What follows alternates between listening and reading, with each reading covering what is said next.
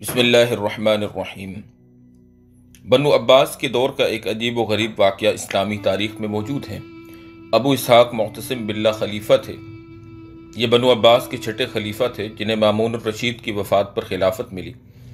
یہ واقعہ روم کے ایک شہر کا ہے جہاں ایک یہودی تاجر کہیں سے ایک مسلمان لونڈی خرید کر لایا۔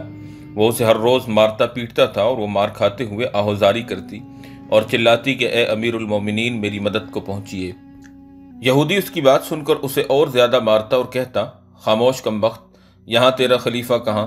تیرا خلیفہ تو بغداد میں رہتا ہے اور بغداد یہاں سے مہینوں کے فاصلے پر ہے۔ تیرا کیا خیال ہے کہ وہ اتنے فاصلے سے تیری آواز سن لے گا اور 40,000 فوج کے ساتھ تیری مدد کو آئے گا، ایسی فوج جس کے ہر سپاہی کے پاس چتکبرا گھوڑا ہوگا؟ یہ اس کا روز کا معمول تھا۔ ایک روز اتفاق سے ایک مسلمان تاجر جو تجارت کی غرض سے روم گیا ہوا تھا اس یہودی کے گھر کے پاس سے گزر رہا تھا۔ یہودی حسب معمول مسلمان لونڈی کو مار رہا تھا۔ لونڈی رو رہی تھی اور کہہ رہی تھی، اے امیر المومنین میری مدد کو پہنچیے۔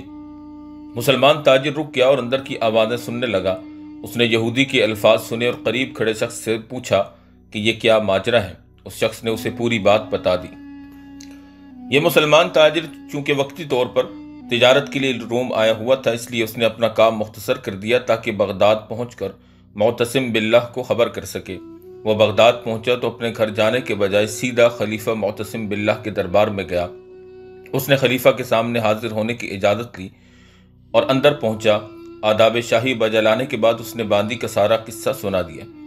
خلیفہ نے جب یہ دردناک قصہ سنا تو پکار اٹھا، میری بہن، تو نے مجھے مدد کے لیے بلایا ہے، میں تیری مدد کے لیے پہنچ رہا ہوں۔ اور سنو یہودی، میں اپنی بہن کے لیے 40,000 چتکبرے گھوڑے سواروں کے ساتھ پہنچ رہا ہوں۔ یہ کہہ کر اس نے دربار برخاست کیا اور زبردست تیاری کے بعد روم کی طرف کوچ کیا۔ عیسائی جاسوسوں نے اس دوران اسلامی فوج کی نقل و حرکت سے شاہ روم کو خبردار کر دیا۔ جب اس نے سنا کہ اسلامی لشکر اس کی سرحدوں کی طرف بڑھ رہا ہے تو وہ بہت گھبرایا، کیونکہ ابھی کچھ مدت پہلے ہی اس نے معتصم باللہ کے ہاتھوں شکست کھائی تھی اور تاوان جنگ ادا کیا تھا۔ اس نے فوراً خلیفہ کی خدمت میں اپنے سفیر دوڑائے اور یہ درخواست پیش کی کہ ہماری طرف سے جنگ کے بعد معاہدے کی کوئی خلاف ورزی نہیں ہوئی، پھر آپ کیوں ہم پر چڑھائی کر رہے ہیں؟ معتصم باللہ نے سفیر کو جواب دیا، ہمارا چڑھائی کا کوئی ارادہ نہیں، نہ ہم جنگ کے ارادے سے آئے ہیں، ہم تو صرف اپنی ایک بہن کی مدد کے لیے آئے ہیں، اس نے ہمیں پکارا ہے۔ اس کے بعد معتصم باللہ نے سارا واقعہ سنا دیا۔ سفیروں نے جا کر مسلمانوں کی آمد کی وجہ شاہ روم کو بتائی۔ اس نے پیغام بھیجا، آپ یہیں ٹھہریں، ہم اس کنیز اور یہودی کو آپ کی طرف بھیجتے ہیں۔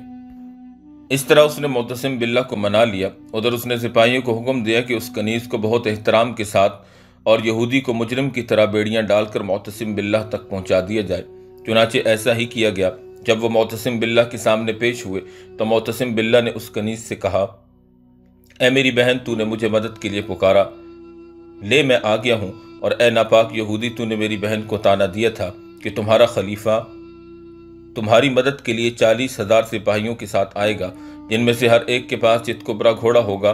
گویا تو اس کا مذاق اڑاتا تھا، تو دیکھ لے میں بالکل اسی طرح آیا ہوں، میرے ہر سپاہی کے پاس چتکبرا گھوڑا موجود ہے۔ یہودی کا سر جھک گیا، اس پر گھڑوں پانی پڑ گیا۔ آخر بولا، واقعی اسلام سچا دین ہے۔ اس کے بعد اس نے کلمہ پڑھا اور مسلمان ہو گیا۔ ذرا تصور کیجئے کیسے حکمران تھے جو صرف ایک مسلمان بہن کی خاطر 40,000 کا لشکر جرار لے کر اتنے لمبے فاصلے کے لیے نکل پڑے۔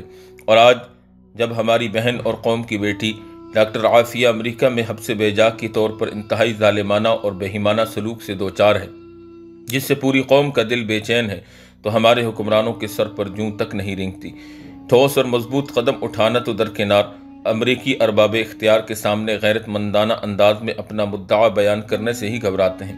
عقل و دانش کی کسوٹی پر نہ سمجھ آنے والا یہ واقعہ نہ جانے اپنے اندر کتنے راز لیے ہوئے ہے، لیکن وہ وقت بھی دور نہیں جب ہر شخص کو اس کے کیے کا بدلہ چکھنا پڑے گا۔ اے کاش ہمارے ارباب اختیار میں کسی ایک کو بھی ڈاکٹر عافیہ کی خاموش صدائیں سنائی دیں، جس میں صابرانہ پکار ہے کہ اے معتصم باللہ تم کب آؤ گے۔ اس کے ساتھ کشمیر کے اندر، فلسطین کے اندر، برما کے اندر اور دیگر وہ ممالک اور وہ علاقے جہاں یہود اور مشرکین مسلمانوں پر ظلم و ستم کے پہاڑ توڑ رہے ہیں، آج مسلمانوں کے منہ پر تمانچے رسید کر رہے ہیں، وہاں مسلمان ماؤں، بہنوں، بیٹیوں کی عزتیں تک محفوظ نہیں۔ کم سن اور دودھ پیتے بچوں تک کو قتل کیا جا رہا ہے، لیکن مسلمان حکمران دنیا کے تمام مادی اسباب اور وسائل ہونے کے باوجود آج دولت ایمانی اور غیرت ایمانی سے یکسر محروم ہو چکے ہیں، اور اپنے اپنے ممالک اور اپنے اپنے اقتدار کے اندر مست ہیں، اور انہیں اس بات سے کوئی غرض نہیں۔